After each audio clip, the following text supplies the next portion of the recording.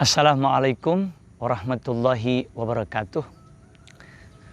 Puji syukur kita selalu panjatkan kepada Allah Subhanahu wa Ta'ala yang selalu mencurahkan nikmat kepada kita semua. Mudah-mudahan Allah selalu memberikan kita kesehatan, dijauhkan dari segala macam penyakit, dihindarkan dari segala macam musibah.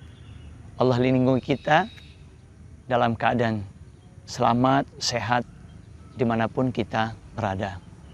Berjumpa kembali dengan kami untuk membahas ayat-ayat yang ada di dalam Al-Quran untuk menjadi pedoman dan acuan kita dalam menjalani kehidupan kita sehari-hari.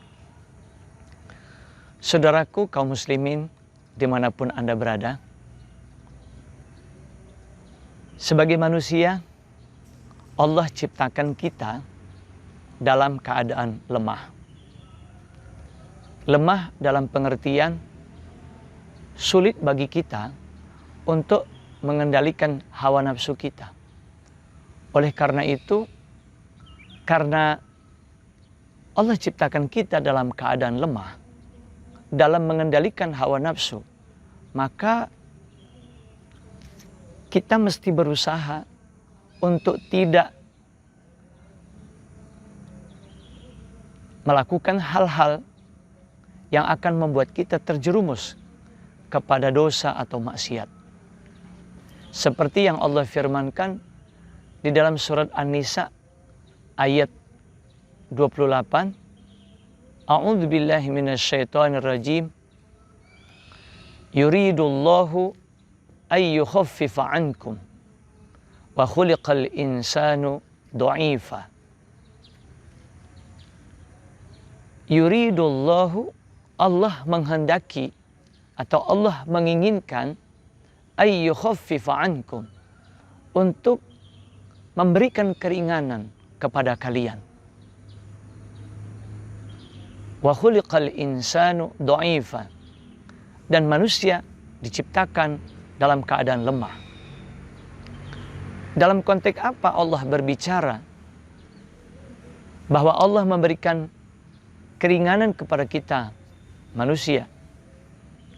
Dalam konteks seorang laki-laki yang sudah cukup usia atau cukup umur untuk menikah, maka Allah anjurkan untuk segera menikah. Mungkin di antara kita manusia, terutama laki-laki, yang sudah cukup umur untuk menikah, terkadang merasa belum mampu untuk memberikan nafkah kepada istrinya karena penghasilannya masih sedikit atau masih minim.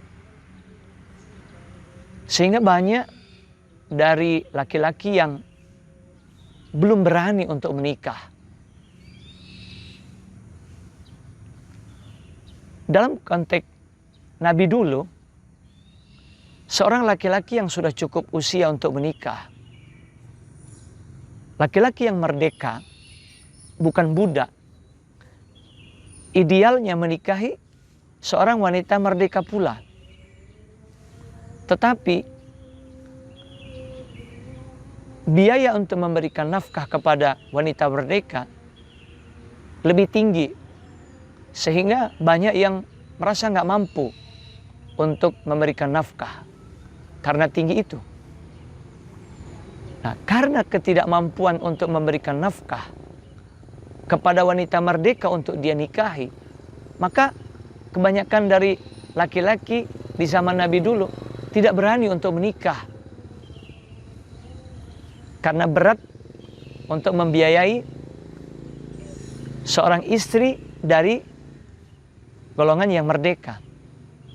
Maka ketika banyak yang tidak berani untuk menikah karena beratnya beban yang mesti dia berikan atau nafkah yang mesti dia berikan kepada istrinya yang merdeka, Allah membolehkan laki-laki merdeka untuk menikahi seorang budak.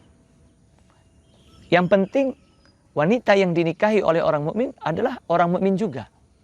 Nah, disinilah letak keringanan yang Allah berikan kepada orang mukmin laki-laki boleh seorang laki-laki merdeka untuk menikahi wanita yang budak. Nggak harus dengan wanita yang merdeka, asalkan beriman. Nah, keringanan inilah yang Allah berikan kepada laki-laki. Tidak harus seorang laki-laki merdeka menikahi budak. Tidak harus seorang laki-laki merdeka menikahi wanita merdeka pula. Boleh menikahi budak. Kenapa Allah membolehkan itu? Karena Allah tahu bahwa seorang laki-laki khususnya, ketika umurnya sudah sampai untuk menikah, maka dia tidak kuat untuk menahan gejolak nafsunya. Sehingga Allah membolehkan untuk menikahi budak. Nah, oleh karena itulah Allah memberikan keringanan kepada laki-laki mukmin untuk menikahi budak. Dari sini kita bisa mengambil pelajaran bahwa pada dasarnya kita manusia, khususnya laki-laki, lemah dalam mengontrol hawa nafsu kita. Tidak hanya dalam konteks mengontrol hawa nafsu laki-laki kepada perempuan.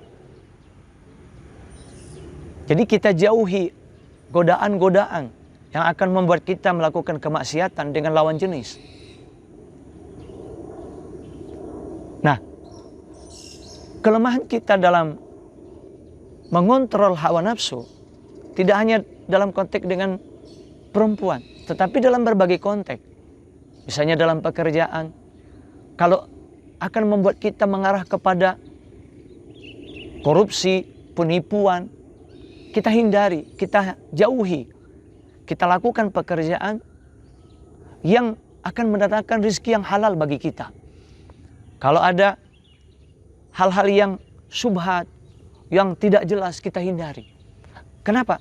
Ya karena kita lemah dalam menghadapi ujian atau godaan.